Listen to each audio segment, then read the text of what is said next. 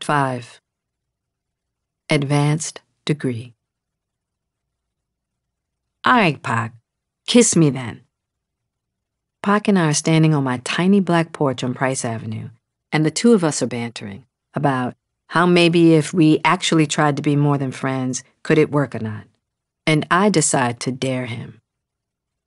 During our teen years, it wasn't really Pac's good looks that grabbed you, because his sculpted features and unforgettable handsomeness hadn't quite come in yet. What he did have, even in 10th grade, was pure, unadulterated charisma that was out of this world.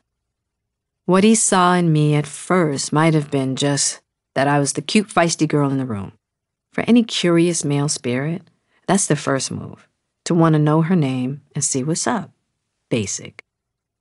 And yet all I can tell you is that our immediate connection, I felt, rose beyond the basics, and this is what made me want to get to know him. We became inseparable from the moment we met. We were kindred spirits in so many ways, and although Pac may have had an attraction to me in the beginning, the more time we spent together, the more we could both see that there was no romantic chemistry between us. At all. There were no airs between us either. We could be raw and authentic without the constraints of having to impress each other.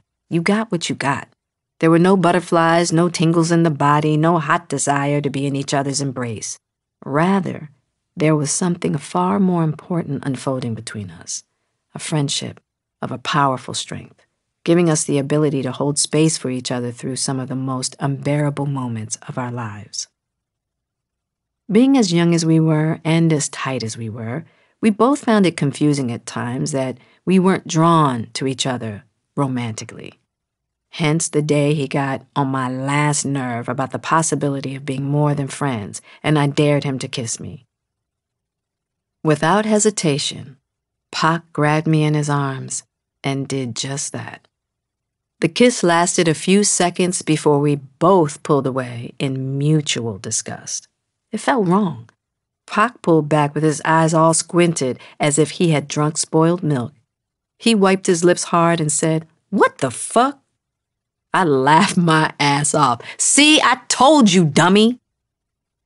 It was literally like a sister and a brother trying to make out. All I knew, though, was that it was possible to really love a guy deeply without it having anything to do with sexual attraction. I had never felt that before. Pac made up for the lack of male protection and care I sought in my life. Unlike other guys who wanted to flash their jewels, cars, cash as their value, because Pac didn't have any of those things to display as his worth, he offered his mind, his care, and attention. Besides, I think God knew that if sexual attraction had been possible between us, we would have left each other in a special kind of ruin. Instead, God gifted us with a special kind of friendship. Now, our bond didn't come without its challenges and costs. We were both fiery, passionate, and dangerously stubborn. This made for feral fights. We didn't take each other's shit, and unfortunately, we also knew how to hurt each other like no other. Our tongues were the sharpest of swords between us. These fights could leave us not speaking for days, sometimes weeks at a time. But we always made it back. Always. But nobody could tease me like Pac. He knew how to get under my skin. He created a nickname to remind me that I wasn't as up on my game as I acted. It was brutal. He called me Square. For life. When I first met Pac, he owned one sweater, the same one he'd worn the day I met him, 2 pairs of pants, and a few shirts. That's all. Pac couldn't hide the reality of poverty in his life. Looking for an easier way of life, in part, his mom had brought him and his little sis, Setua, from New York to Baltimore. But it didn't sound like their lives had gotten much easier for them. As Pac and I grew closer, I got a clearer picture, and I learned that, like my mother, his mother, Afeni, struggled with addiction. Like mine, his environment was full of instability and chaos. We really bonded as the result of riding the same roller coaster with our moms, and both suffered the pains and disappointments that came with it. Unlike my mother, Afeni had not been able to secure work, which had only worsened their financial struggles. Pac never said so, but I could tell that getting to eat 3 meals a day was not a given for him, nor were shoes that fit or getting a good night's sleep. Between my regular jobs and cash I started to make in the streets, I always had some money in my pockets. To help Pac, I made it my business to ensure he was straight, but not on some charity shit. Pac was prideful. He had standards about what it meant to be a man and stood his ground on that, in spite of how he may have been suffering. If he was made to feel like I thought he needed assistance, he would refuse support from me, and in those instances, my heart withered watching him do so. Early in our friendship, I brought some clothes to school that I bought him, some shirts and a jacket, but I had to be careful. As I started to show my purchase to him, I went, "Yo, Pac, Gap was having a sale, right? So I was getting some stuff for myself, and then I saw this fly-ass jacket, and I couldn't help but see you in it. I was like, this would be fly as fuck on Pac." I held the jacket up against his chest. Damn, I was right. I remember the biggest smile came over his face as he grabbed the corners of the jacket. "Yo, you're not such a square after all. This is dope." He threw on the khaki jacket with pride. I had succeeded. His sis had simply thought about him, that's all, and happened to run across some fly shit she wanted him to have. Anything different, he would have made an excuse not to take it. If I was going somewhere to eat, I'd take him with me on some let's kick it shit with a casual flow. Whether it was TGIF to get a chicken box, cheesesteak subs, or McDonald's. We had late nights at Denny's and IHOP. Later on, when I was starting to really roll in the streets and was flush with cash, I even took Pac a few times when I went with my homegirl Fawn, Chet, and some other high-rolling hustlers to full-on upscale dinners at Pargo's, our spot after a good week. I'm talking about at least a couple of grand in my pocket. For the other players, it was a lot more. I didn't bring Pac around often because I didn't want to pull him into the dangers of the Baltimore dope scene. Game wasn't for you if you weren't from Baltimore and didn't have your people. I wasn't thorough like that to have him on my hip. Me, I could barely cover my own ass. On Greenmount Avenue, where Pac lived, the dude selling dope already saw him as a threat. A young black charismatic male they didn't know and didn't like because he had an it factor they didn't. Young lions can always smell the blood of other young lions in their territory who might present a problem. Pac didn't pay their foolishness any mind. He was focused and becoming known for his brazen rap battles. At 15 and 16, he could freestyle and rhyme you relentlessly into submission. We were each other's biggest fans, going crazy watching each other do what we loved. I loved watching him do rap battles, and he got a kick watching my dance battles. Then there came the inevitable moment when Pac tried to convince me, "You should rap. You be dope, Jada." "I don't know, Pac. Come on, stop being a square. I'll write a rhyme for you." I couldn't refuse, because Pac was so determined to have a female rap battle group. He put me and 2 other girls together and quickly arranged a rap battle for us. Pac wrote my rhyme and made me practice with him every day after school. I was horrible. Pac really tried, saying again and again, "Listen to me." Then he'd rhyme the rhyme for me. Can you imagine? Pac's cadence and style were as dynamic then as when the world got to hear him. And here he was trying to get me to rhyme like him. Please. He just thought my inability to do so was because I was being stubborn. Pac would be like, "What? Is your great-great-great white grandma coming through now? Where is your rhythm? Is you listening to the guitars or something? Get on beat, square." I could never find my cadence, but I went through with the battle, and we won. I got out alive without embarrassing Pac too much, but my rap career ended there. Pac and I were thick as thieves, and we trusted each other completely, even confiding in each other about our love interests. Pac was seemingly falling in love with someone every week, although there was one girl in any given period of time that he was really crazy about. That was the one he couldn't get. He would have his eye on a few, but there was always that one ungettable girl who would take hold of his mind completely, at least for a time. And that was the one who became my assignment. He'd send me on missions to put in a good word for him or deliver letters and poems to that one elusive girl in class. On the flip side, when I had an aching crush on a senior, Pac agreed to help me out.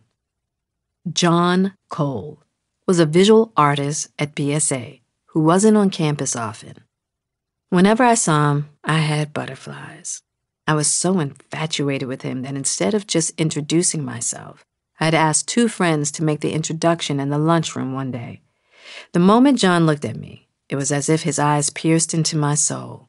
He was emotionally open yet mysterious. He kept to himself and his art most of the time, and I could feel in him what seemed to be a soft but tortured heart. He was not my usual preference as far as masculine beauty goes. I liked black dudes, street dudes to be correct. And John Cole was neither. The exact opposite. He was pale white with white blonde hair all over, not yellow blonde, but white blonde. To some, he could have seemed damn near transparent, but in my eyes, he was beautifully handsome.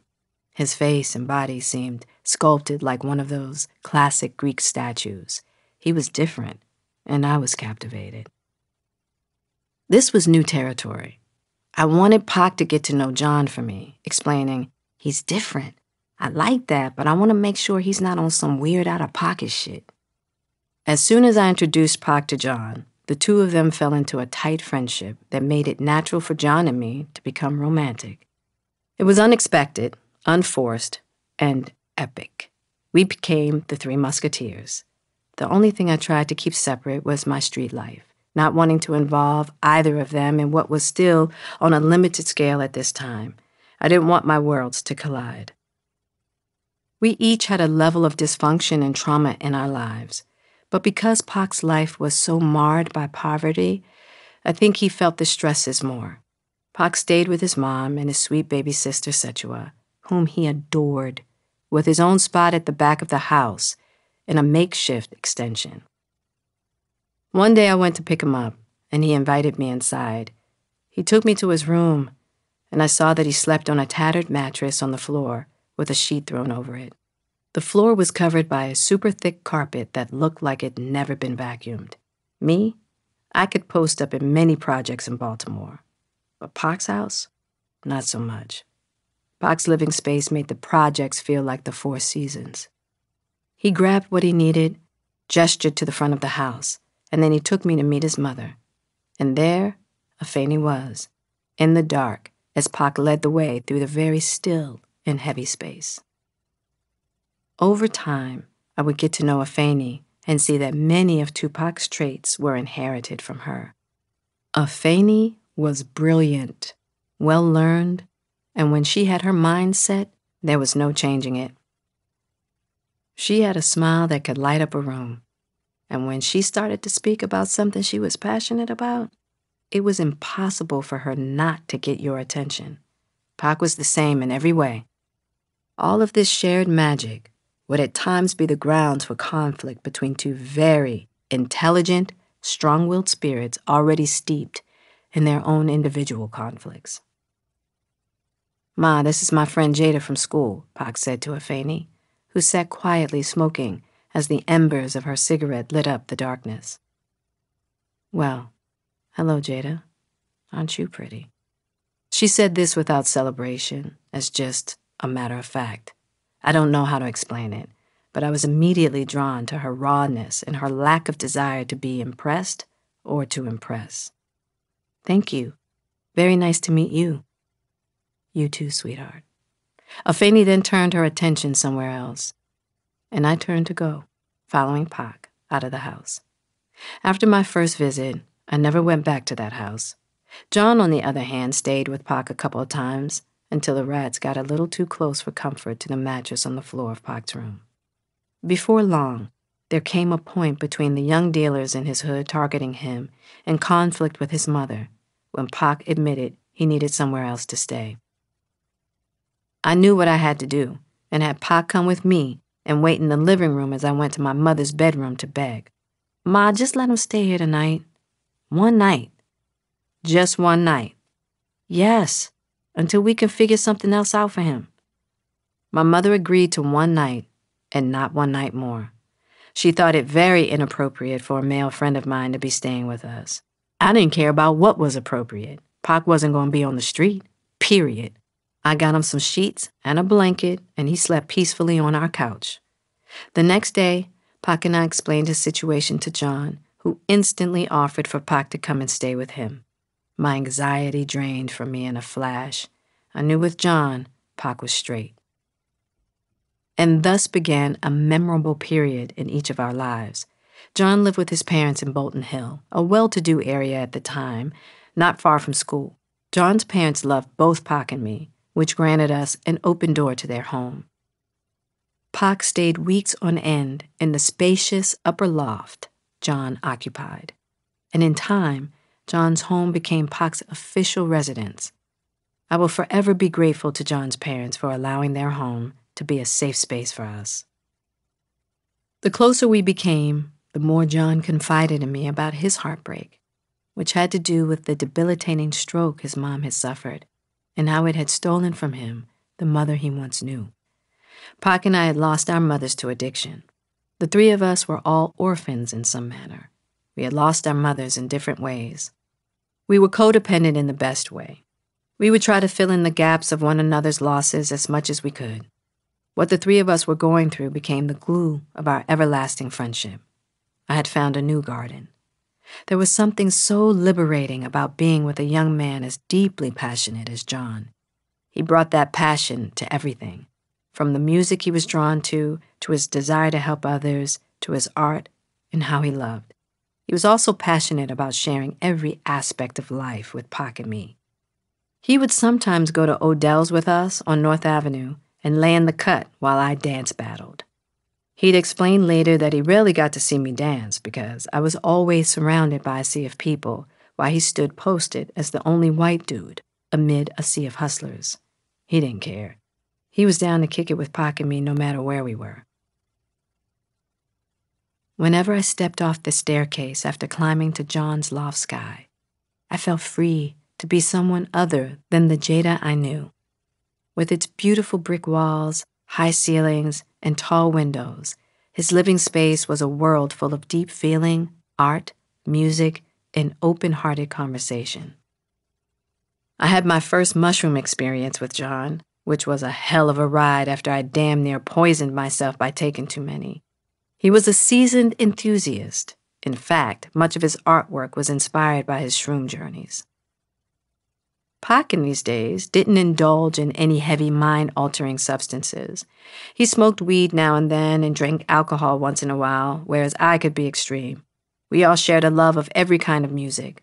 John revolutionized our musical knowledge by introducing us to bands like New Order, This Mortal Coil, The Cure, The Cocteau Twins, Blue Nile, and Dead Can Dance. We all became huge Kate Bush fans, especially Running Up That Hill. In our world together, no subject was taboo. Pac, fiery and eloquent, delivered political sermons to me and John with particular attention to the plight of the Black community. It was in these impromptu forums that I learned about the Black Panther Party. His mother, Afeni, was an ex-Panther, and the teachers who shaped its ideology. Pac taught me so much history I had never known, and he spoke about how that history continued to influence the systemic abuse of power in efforts to destroy Black communities. In these moments, I saw a preview of how Pac could change the molecules in the air around him in ways the world would eventually experience through his music, his movies, his interviews, and above all, his presence. Through Pac, I became enthralled with freedom fighters like Angela Davis, Huey P. Newton, Geronimo Pratt, Assata Shakur, and Elaine Brown.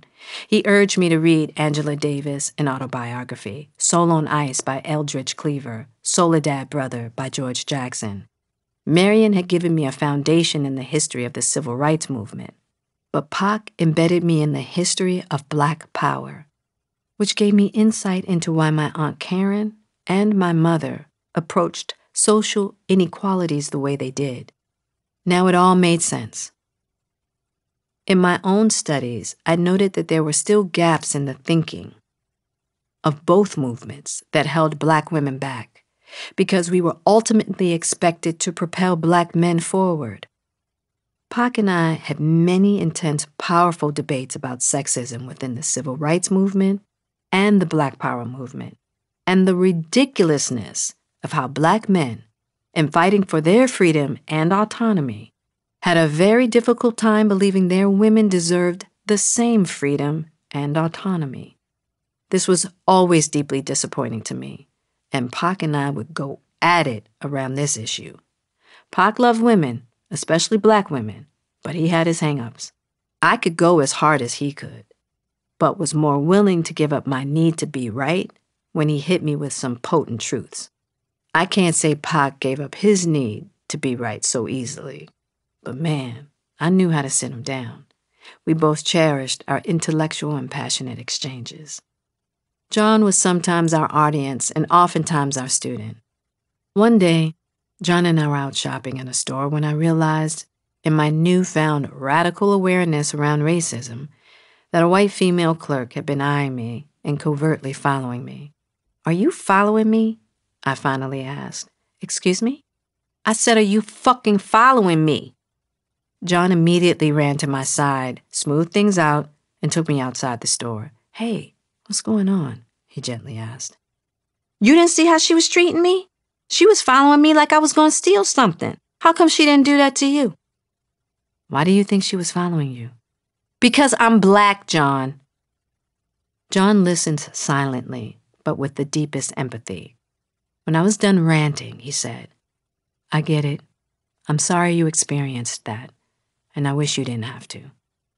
He was so kind, but what we both knew then was that he would never have such experiences.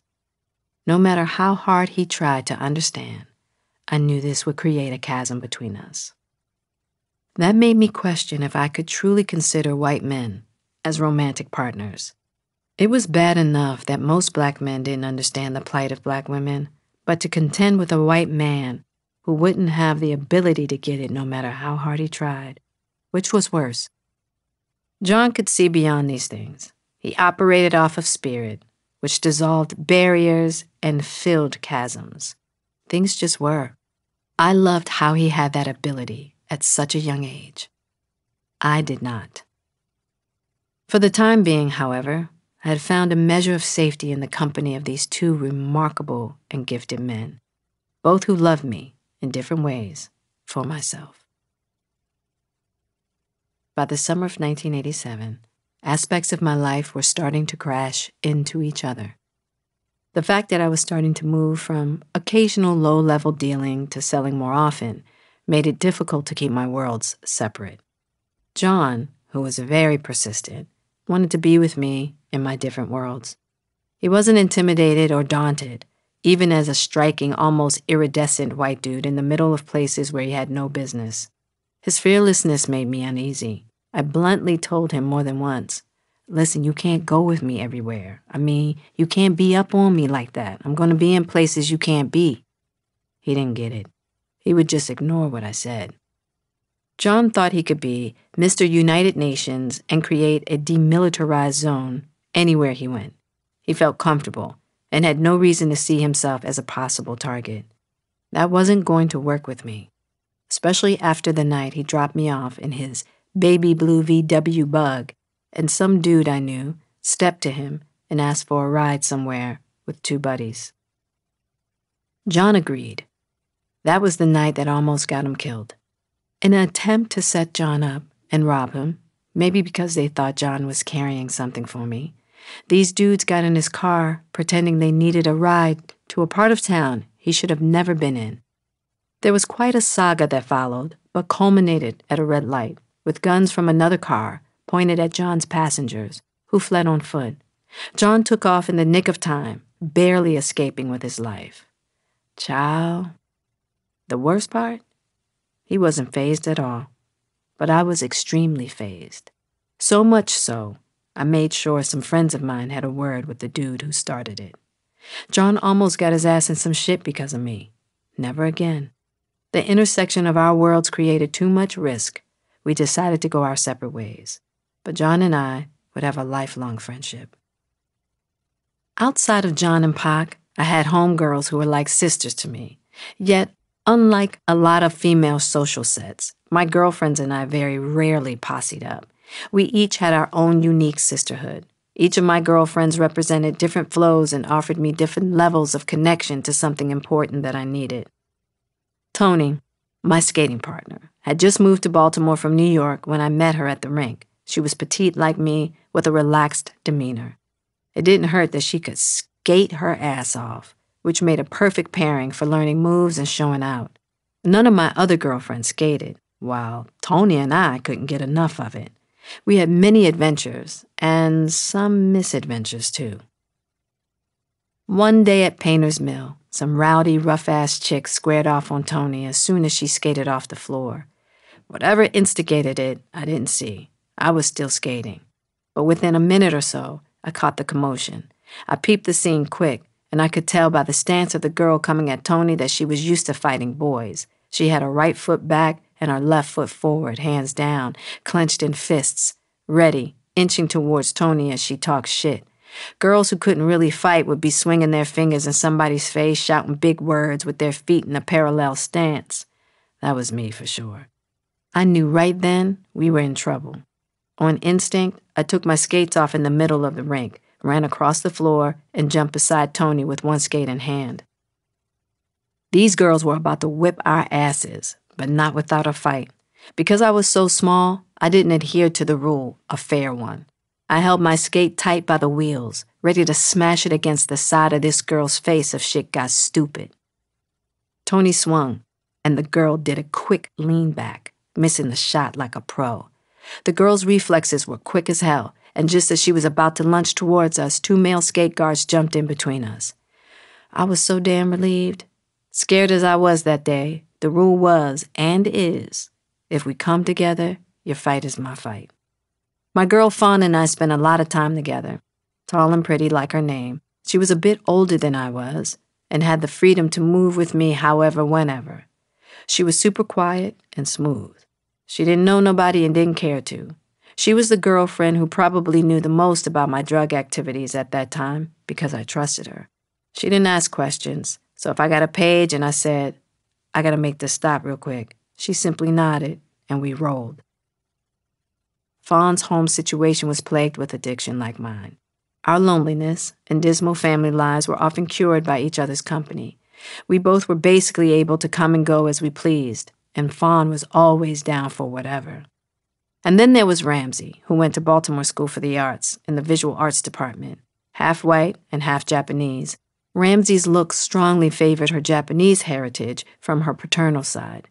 Being mixed race made for an interesting dynamic with her white family on her maternal side who raised her.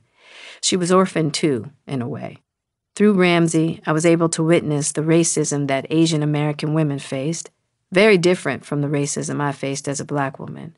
What she experienced had different nuances and complexities, yet she was as challenged by white supremacy as I was. This was especially the case since she lived right across the street from some members of the KKK.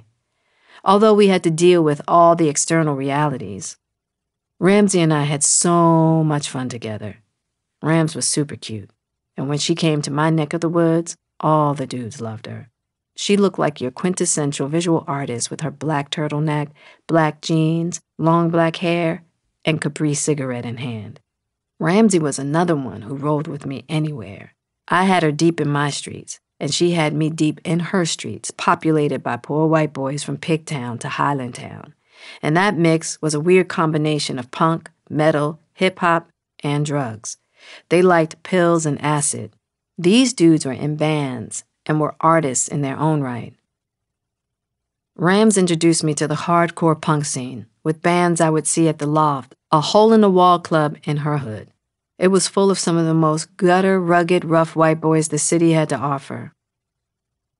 My homegirl Keisha, who also went to Baltimore School for the Arts, was one friend I couldn't take anywhere because she was a homebody, more or less by choice.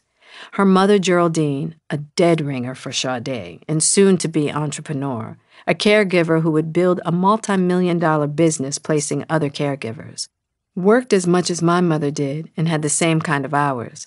Keisha didn't like to be alone, so she would sneak her boyfriend in to stay the night with her almost every evening. Sometimes while I was hanging, I'd be inspired to color my hair with the jazzing, semi-permanent color over the top of my platinum blonde and use the bathroom sink, much to the displeasure of Geraldine, who kept the most immaculate house. Luckily, she put up with me ruining her beautiful towels. Being at home with Keisha was a safe place for me to decompress and be still. We'd known each other since middle school, and nobody could get through to me better than Keisha, who was deeply affectionate, loving, and just downright silly. Even when she was serious, Keisha had the brightest smile and the whitest, most perfect teeth. She was obsessed with dental hygiene, like nobody I ever knew. Although I loved hanging with Keisha, I loved being in the streets more, and summertime was the best time for that. Some of my fondest memories are of Fawn and me making our way to Druid Hill Park, one of the oldest public parks in America. There were gardens, waterfalls, and even a zoo where I used to go with my grandfather, Grant. But the main attraction in the park every Sunday was like a big old block party that started at high noon and went until dark. You could scope out the dopest cars in the city, driving by in a slow-moving train, and listen to the bangingest sound systems as joints like Paid in Full blasted with thumping bass. All us girls were looking fine as hell, and the dudes, who were the biggest high rollers in the city, always made an appearance. Every feature of a car was up for scrutiny at that event, down to the detail of how well your tires shone. Dashboards, steering wheels, and panels in the car had to be shining. Your car had to be just as fly on the inside as it was on the outside, even down to the tree air fresheners that hung from the rear view in black ice, vanilla, pine, strawberry. To this day, a crisp car that smells good is an aphrodisiac for me. Add to that the smell of a man wearing Dracar Noir. Don't get me started. How you laced your car was an art form, and it was also an indication of your come-up for that week. The flyer your car became, the more money you were making. It was also at the park where everyone followed the unwritten rule that there was to be no violence of any kind. It was the only place and the only day when hustlers from all parts of the city could convene and socialize without issues. As soon as dark hit the park, the festivities moved to Northern Parkway in Wabash, where we watched the dopest motorcycles in the city race up and down. Sundays were fun days when the streets took a break from the madness. They were like the hustlers' holy day. It was the cars, motorcycles, hairstyles, nails, bags, and jewelry, how much stuff you had, and the quality of it that were the signs of worth for a community of people who were constantly reminded, you ain't shit, and you ain't never gonna be shit. Watching those cars roll through the park was an inspiration. They were a constant reminder that a prosperous life was possible and that we deserved the better things life had to offer. Those cars kept many of us hopeful. They may not have guided us to the right path, but they gave us something to reach for instead of giving up on ourselves. I kept all this in mind when I got my first car. Not the one I wanted because, 1, I could never explain to my mom how I could afford such a car. And 2, I rolled in this city at all hours with product and didn't want no smoke from the cops or worse, stick-up crews. Drug money was not the only way to pay for a car, though. By this point, I had already worked my first professional acting job, playing a runaway slave. The short PBS special entitled Freedom Station was about Harriet Tubman and the Underground Railroad. In addition to being admitted to the local performers union, I earned about $6,000. With that, I paid cash for my little Nissan Sentra with the patient understanding that if I played it smart now, one day I could have any car I wanted. In my Nissan, I was the last person you'd suspect of carrying a decent amount of product and pockets full of cash. With my blue or pink or green or platinum blonde hair, I was just the friendly, artsy girl next door who went to Baltimore School for the Arts and who knew was one day maybe going to be an actor. The level of sophistication present in the East Coast drug game operating in black neighborhoods during the 1980s to the 90s has rarely been captured in film and TV. The violence of the landscape has been portrayed on screen, but never the intelligence, the ingenuity, and the organized nature of it all. I'm not an expert, and it's a tricky subject to broach because it's actually nothing to brag about. Yet, it was truly a unique era and has yet to be explored enough to show why. What's more, there are some of us in the entertainment world today who were schooled through that street game. We were given lessons that helped us achieve success, legitimately, and made it possible for us to survive different types of jungles. I came across dudes from New York, Philly, and D.C. who were real-deal entrepreneurs and who first introduced me to stocks and the importance of investing money. Many of them owned multiple businesses, sub-shops, barbershops, hair salons, body shops, and shoe stores. They were kingpin CEOs who knew how to organize young lions, gain their loyalty, and keep them in check when necessary. I was lucky to come across a few big ballers who took a liking to me, who saw promise in my future beyond the streets, who helped to keep me safe, and who taught me a few things along the way. They showed me the importance of being self-made and that nobody was going to give you your success. They taught me how to hold my own and persevere to get mine. Because I was taught to always keep a legit job, my mother never became suspicious. Ironically, though she didn't know about me, I was aware that she had her own stint selling cocaine in order to support her heroin addiction. The fact that mother and daughter were selling at the same time was indicative of the condition of our world. My legit jobs also ironically helped me make connects with all different kinds of hustlers. When I worked at Merry-Go-Round, they came through to shop for themselves and the women in their lives. The men who were really about their life were confident, had nothing to prove, kept all things close to the chest, and carried an assured stillness that made them a walking secret. And then there were those who were wild, reckless, violent, and unpredictable. And although folks feared them, their days were always numbered. Arrogance, typical of the boastful ones, covered for how insecure they were. This type was always worried about themselves and would throw you under the bus quick. And believe it or not, there were many who had the sweetest heart behind the rugged exterior that shielded their wounds. Hustlers were everywhere. The skating rink, the clubs, the record store, clothing stores, my telemarketing job, a black family-owned candy store at the Harbor Place Mall. All these jobs and the people I met in those settings just helped me cultivate my instincts and better read the inner workings of others. From the moment I met Chet, I wanted to learn everything from him. I liked the way he carried himself and his business. He was on the low, and I knew that was the exact recipe needed for success. As he rose in the game, he became my mentor and my direct connect, though I remained under BP's wing of protection. Chet looked like a nerdy college kid with his light eyes, small frame, and big head, and super cheerful attitude. He would come around in his UPS outfit after work, giving off absolutely no impression that he was, in fact, a drug dealer. At the time, Chet was the only dealer I knew on his level who had an actual job, giving him a legit-looking appearance of being the guy next door. He did not carry a tough guy killer persona. I don't think I ever even saw Chet with a gun, ever. Chet would also be the first millionaire I actually knew. My first goal of having an acting career became secondary as I was now under the illusion that I could become a bona fide queenpin. The timing was right. B-More was a hub for the drug trade. A lot of product flowed in and out of our city. Much of the product was coming in via traffickers in Florida, California, and at times New York, although New York was tricky because of secondhand sales that cut into profit. One of the means of bringing in drugs was through independent truckers or small truck companies that could move large-scale shipments. Kilos of coke were sometimes packed inside the lining of huge concert-sized speakers put into these trucks.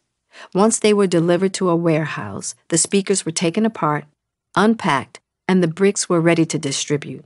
The amounts in shipments ranged from 20 to 100 kilos. The truckers were paid based on the distance they had to drive and how much product they were transferring, 500 to 1,000 per kilo for delivery. Laundry detergent boxes were another method to disguise product. The product had to be vacuum sealed before you put the soap powder back into the box. Cars were also used and packed to the hilt full of drugs, door panels, motors, inside the seats, spare tires, and even the tires on the car. Once the car was unloaded, it was a clean and free title car to be used however the receiving party wanted. Often, it would be side chicks who got those cars. Over time, more sophisticated methods developed to ship larger quantities of drugs. Legitimate companies were formed to disguise drug shipments, like, say, a pool and spa equipment wholesaler that used hot tubs to transport product. All kinds of companies sprang to life to conduct illegal business. Other practices were developed to deal with the large amounts of money that had to be moved to pay for all this product coming in. A common system was the use of money orders to pay off smaller debts up to $100,000. Someone would get paid about $2,000 a day to run around all over the city and purchase 100 money orders for $1,000 each without being flagged. Then these money orders were placed inside the pages of magazines to be shipped for payment of the products sent. Another method was tampons. Once the boxes were purchased, the tampon wrappers would be carefully removed and the actual tampon replaced with tightly rolled money, which was then placed in the wrappers to be resealed and repacked in the box. And to make it all full circle, sometimes the same speakers used to deliver product were flipped to house large amounts of cash to be shipped back to the distributor. When I think about this now, I don't know what made me think that I had what it took to play in this province of wolves. It wasn't long before I learned that kittens don't have no business trying to play with beasts.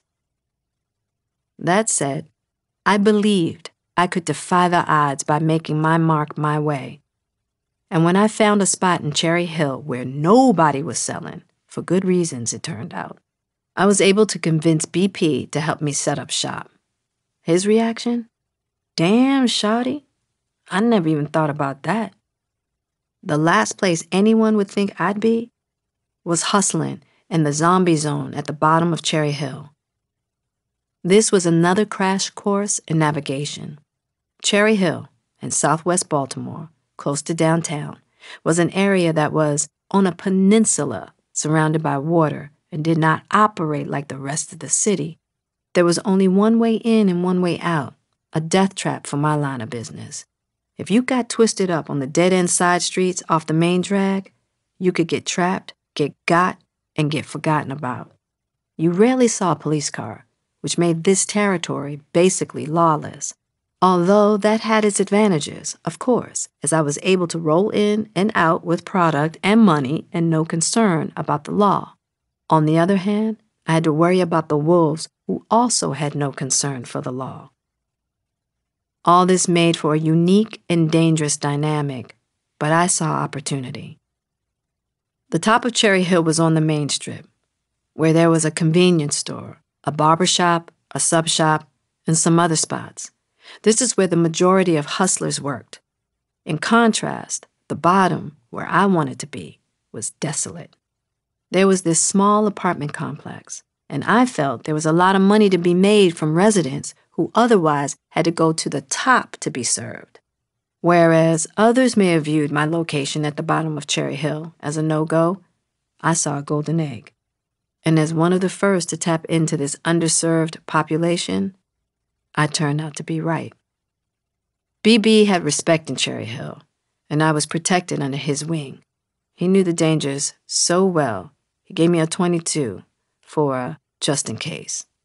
I set up shop inside a woman's first-floor apartment where I served folks out of her window and sometimes through her door with the chain on it. Everything ran smoothly for a while. My pockets were fuller than ever. It felt good to be able to share a bit of my financial freedom with my girlfriends and other women whom I might not have been tight with, but who needed help to get out of a sticky situation. Chat and I liked sharing with people in our community, Robin Hood style, easing struggles where we could. Sometimes we would be in the supermarket and notice a single mother with children or an elderly person alone and straight out pay for all their groceries just because we could. There was so much suffering in our environment, and it never really occurred to us that we were adding to it. King's Dominion was the first thing out of my mouth. Spring was in the air in 1988, and my mother had just announced that her boyfriend Rodney and future husband wanted to take us to the amusement park a couple of hours away. Adrian loved amusement parks, everything about them, and she was so cheerful when she said, "Rodney wants to take us to King's Dominion. Do you want to go? I think it would be fun." I deliberated for a bit, but could feel her enthusiasm as she went on about what a great time the three of us could have together. I have to admit, I wasn't that interested in hanging with an adult crew for the day, but Rodney was cool, and more importantly, it would make my mother happy. I agreed on one condition. I'll go if I can take Pac. It was a road trip, and Pac and I both needed to get out of the city and to have some fun. During this time, Pac was busy working a job John had helped him get after school and on weekends.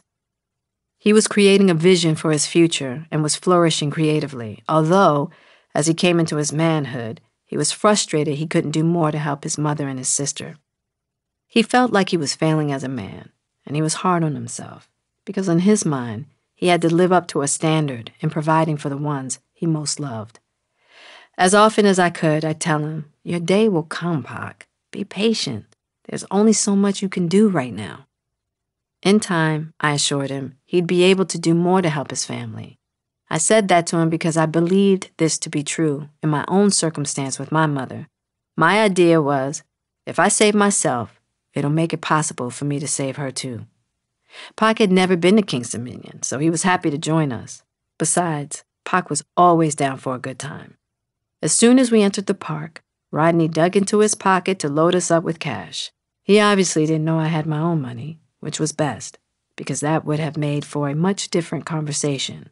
Rodney suggested we reconvene later at an agreed-upon spot, and with that, Pac and I bounced. Of course, we got on rides and ate a ton of junk like cotton candy, my favorite, hot dogs, and french fries. At some point, we wandered over to an installation where you could pick out a song by your favorite artist to make a music video of yourself lip-syncing to it, against a green screen. "Pac, we gotta make our own music video! We gotta do one!" I said excitedly.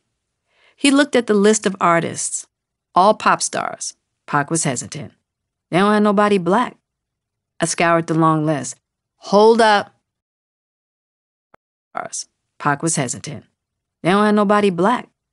I scoured the long list. "Hold up.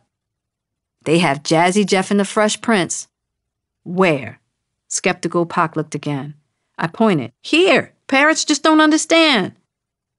Pac smiled. "They the only rappers on here." Damn. I don't know all the lyrics to that song. Do you? I shrugged, saying, "Nope. But parents is cool. We know enough to fake it." My thing was, any chance I had to perform, I took it. And that day, I also had an opportunity to have it on tape. Pac was feeling a little self-conscious because he didn't know all the lyrics. It had already been established that I couldn't rap, so I had the easy job. All I needed to do was be his backup dancer. We went back and forth, but he finally gave in. And the rest is history. The universe loves to sprinkle prophetic teasers into our lives. All the time. Not in a million years would I have dreamed that I had just made a video lip-syncing the brand new hit song that would go on to win a Grammy as one of the first in a newly created Best Rap Song category. Not in a million years would I've dreamed that the Fresh Prince and I would become, very well acquainted. And I never would have imagined that this video would become a tangible memory of the last time Pac and I were simply kids together. One morning, a very short time later, without warning, other than the knowledge that there were difficult struggles within Pac's family life, I arrived at school, went to my locker, and found a letter from him in which Pac broke the news that he had left for California. I would come to find out he had gone to Donald Hicken days before to try to find a way to stay. Pac kept this whole dilemma from me. His exit was abrupt, very abrupt, and that made me worry. Although he assured me in the letter that he was okay and that he would be in touch with me soon, my deep concern for his well-being overshadowed the fact that he was gone from Baltimore for good. When we finally spoke, he let me know he was okay. He's moving around from place to place, but he was safe. He got me up to speed on why, but it was complicated. He did his best to ease my hurt feelings about his sudden departure and my desire to make shit right for him. I hated the fact that I was absolutely powerless to make his life easier. Pac gave me addresses and numbers for whenever I needed to reach him in Marin City, out in the Bay Area of the West Coast, and kept talking about how he thought I would love Cali and how he wanted me to visit. I promised I would, and meant it. Most of our conversations ended with a familiar refrain of his. Hey, don't get into no stupid shit. I don't want to have to jump back on a bus to Baltimore, square. He'd say it like the world was an easy place when we both knew it wasn't, just to reassure me that no matter where he was still willing to hold me down. I wouldn't give myself the room to feel his absence. I had to keep it moving. I just kept on stepping deeper and deeper into the shit that I believed was going to be my way out of it all. It's a warm Friday night, late spring 1988, that begins with Ramsey and me on North Avenue at a corner liquor store. Ramsey is a senior at BSA and about to graduate. We're looking to kick it as much as possible before she goes off to college. So the plan is to get a bottle of peach schnapps and head down to the harbor and hang. Before I can buy peach schnapps, I have a check for $700 from a hair modeling job that I need to cash real quick. I'm in line when I notice this really tall dude in a white t-shirt and jeans standing behind me. The person in front of me leaves, so I walk up to the bulletproof plexiglass that the cashier is behind. I ask for schnapps and ask the dude to cash my check after I sign the back of it. He slides my cash toward me, underneath the glass, and I grab it. Just as I'm about to put the money in the top pocket of my jeans jacket, the tall dude behind me snatches my $700 right out of my hand and dashes out the door. The last thing I expect is for a joker to reach over me and rob me like that. That's what I get for being short. Out of pure instinct and rage, I whip around and charge after that dude, out of the store and down the alley. As I'm chasing him at top speed, I grab my switchblade out of my upper jacket pocket, flick it open, and do my best to catch his ass. All I can think is, how dare you snatch my shit? Not tonight, nigga, not tonight. Ramsey's watching at the top of the alley, screaming after me. Jada! No! I'm out of my mind, and she can see that trying to stop me is a losing effort. The guy's tall as hell, with long legs. The further ahead he gets, the madder I get. Clearly, I am not gonna catch him. So I stop and try to catch my breath as I walk back toward Ramsey. Once I reach her, she's pissed. If you had caught him, what were you gonna do? She asks, irritated. I was gonna put this knife in his back and rip out that nigga's spine. Yeah, right. He could have killed you. Something is really wrong with you, Ramsey says with a slightly relieved chuckle. We went back to the spot and got our peach schnapps and went down to the harbor, hanging out and drinking until it got really late. The late spring night was so nice. It was evenings like this that made me fall in love with the East Coast warm nights forever. The pleasure of being outside and hanging on nights like this was something I wanted to hold on to as long as possible. We were having such a good time, as usual whenever we were together, and I felt like whatever problems were in our way were nothing. Then, unbelievably, who do I see? Yep, homeboy, who took my shit across the street. Same jeans, same shoes, same white t-shirt, just mobbing like shit ain't happened earlier. But he doesn't see me. In this moment, I have to make a choice. For several beats, I look at him, contemplating whether I should go confront this dude. What I realize is, without that rush of adrenaline, I don't have the same courage I had in the alley. Note-taking. I gotta stop being so damn impulsive. It's gonna get me hurt. I tell myself, turn the other way and just leave it alone. I do just that and continue my laughs with Ramsey. Despite the earlier events, this night gave me a lasting memory of the carefreeness of my youth. In the midst of everything, with the overt violence and the undertow, there was beauty, love, and deep friendship among these lessons I was learning at the University of the Bmore Streets, Advanced. And considering all the other choices and circumstances that lay ahead for me, this was a very good Friday night in a city where you had to be more careful because you were in Murderland now, not Maryland. Welcome.